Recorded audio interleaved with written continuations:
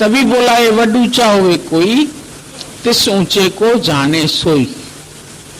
उस ऊंचे को तभी तुम जान पाएंगे जब तुम इतने ऊंचे होएंगे। अगर तुम नहीं ऊंचे होएंगे तो तुम उतने ऊंचे को जान भी नहीं सकते। ज्ञानी जान लेता है, उसने जाना है सबको। तो जाना है तो वक्त वक्त वक्त उसके अंदर से अनुभव की वाणी निकलती है, रटी रटाई वाणी नहीं निकलती है। अगर रटी रटाई वाणी हो तो दोबारा तुम उसको बोलो ये जो भी आपने सत्संग किया ये दोबारा कहिए, नहीं कर पाएगा। तुम ही कहीं बोलते हो, तुमको कोई बोले अभी जो आपने बोला ना अब इसको दोबारा बोली, तुम भी नहीं बोल पाएंगे। क्योंकि अनुभव का ज्ञान उज्जवलता की वाणी, ये अकथ कहानी है। ये कहानी कोई कहने वाली बातें नहीं है। कहत कबीर गूंगे की सेना, जिन जानी तिन मानी। गूंगे की सेना, इशारा। गूंगा जो है ना वो खाली इशारा करता है, बोलता नहीं है, मुस्कुराता जरूर है। गूंगो गुड़ खाए मुश्के कुश्के की नकी, वो मुस्कुरा के बस हंसता है, बड़ा अच्छा है अच्छा है, लेकिन बोल तो नहीं पाता। गूंगा है तो कैसे बोले। तो ये ज्ञान भी ऐसा है गूंगे के गुड़ की तरह, खाली महसूस कर सकते हैं। अनुभव का ज्ञान है और फिर जिसने चखा वही जाने। वो जानता है, वो भी नहीं भूल पाता है। जैसे साइनाइड का असर क्या हुआ अब कोई बता ही नहीं पाता। बेचारे साइंटिस्ट ने बड़ी कोशिश की कि मैं इसका स्वाद लिखूं, पेन रखी हाथ में, कलम रखा, कागज रखा, और बस ऐसे यहां आता है साइनाइड और आदमी मर जाता है। उसने बेचारे ने मृत्यु भी ली, लेकिन जब तक लिखता लिखता पूरा शब्द नहीं लिख पाया, केवल एस लिख पाया। अब एस में शुगर भी आती है, सॉल्ट भी आता है। अभी तक लोग नहीं जान पाए कि वो सॉल्टेड होता है या शुगर होती है, मीठा होता है या खारा होता है।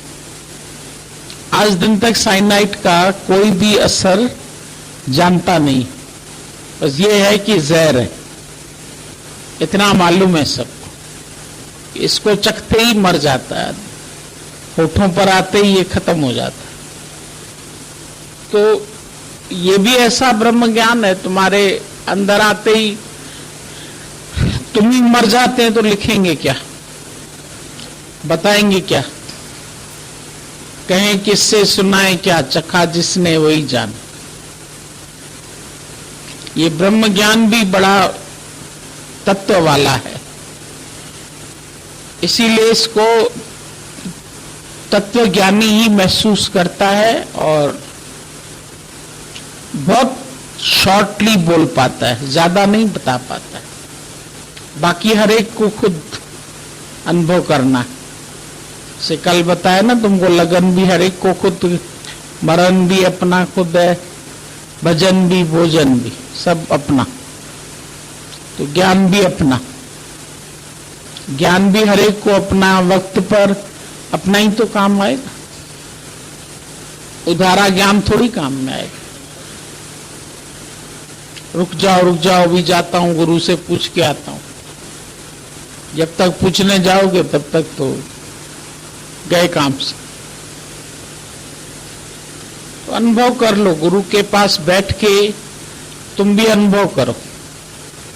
जब राजा ने देखा अभी मेरे देश में अकाल पड़ता है, तो उसको अपनी गलती का एहसास हुआ कि मैंने ऐसे ब्रह्मज्ञानी को क्यों सताया, मैंने उसके साथ जबरदस्ती क्यों की।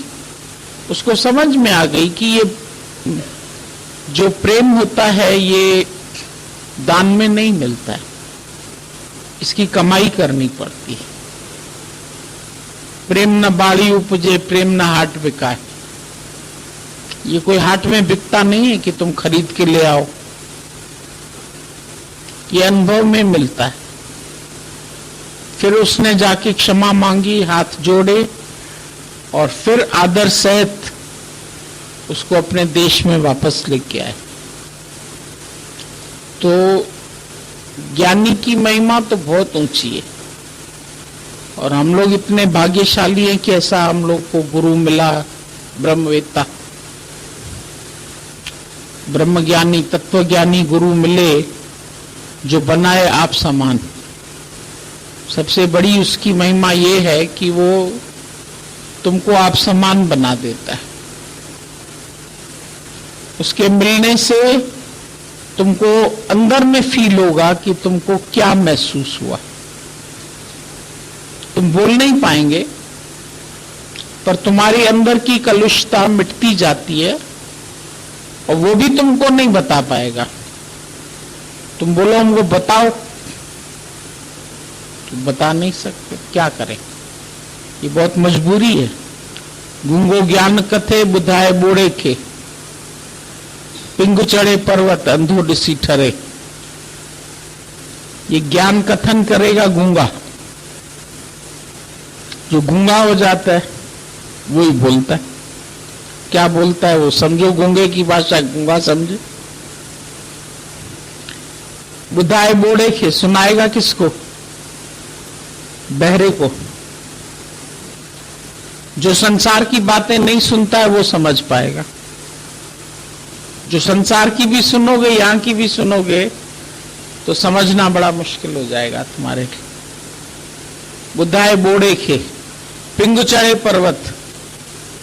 जो पिंगला बनेगा वो इस ज्ञान की चढ़ाई चढ़ सकता है। जो पिंगला बने मतलब जिसकी टांगे नहीं है, वो पर्वत पर कैसे चढ़ेगा? जो व्यक्ति दुनिया में कहीं इधर उधर नहीं जाता, केवल सत्संग जिसको प्यारा है, वो ये चढ़ाई चढ़ता है। न इसकी बात न उसकी बात, सब जगत को मिटा डाला उसने, वो मिटा के बैठा है। खुद भी मिट गया, जगत का भी मटिया मेट कर दिया, खत्म कर दिया उसको। पिंगु चढ़े पर्वत अंधो डिसी ठरे। जो अंधा है वो देख के आनंदित होता है। अंधा कौन है? जो संसार के दृश्य नहीं देखे, भलाई बुराई नहीं देखे। ऐसे अंधे बन जाओ तो ये अनुभव कर सकते। ये मुश्किल है, ये आसान है।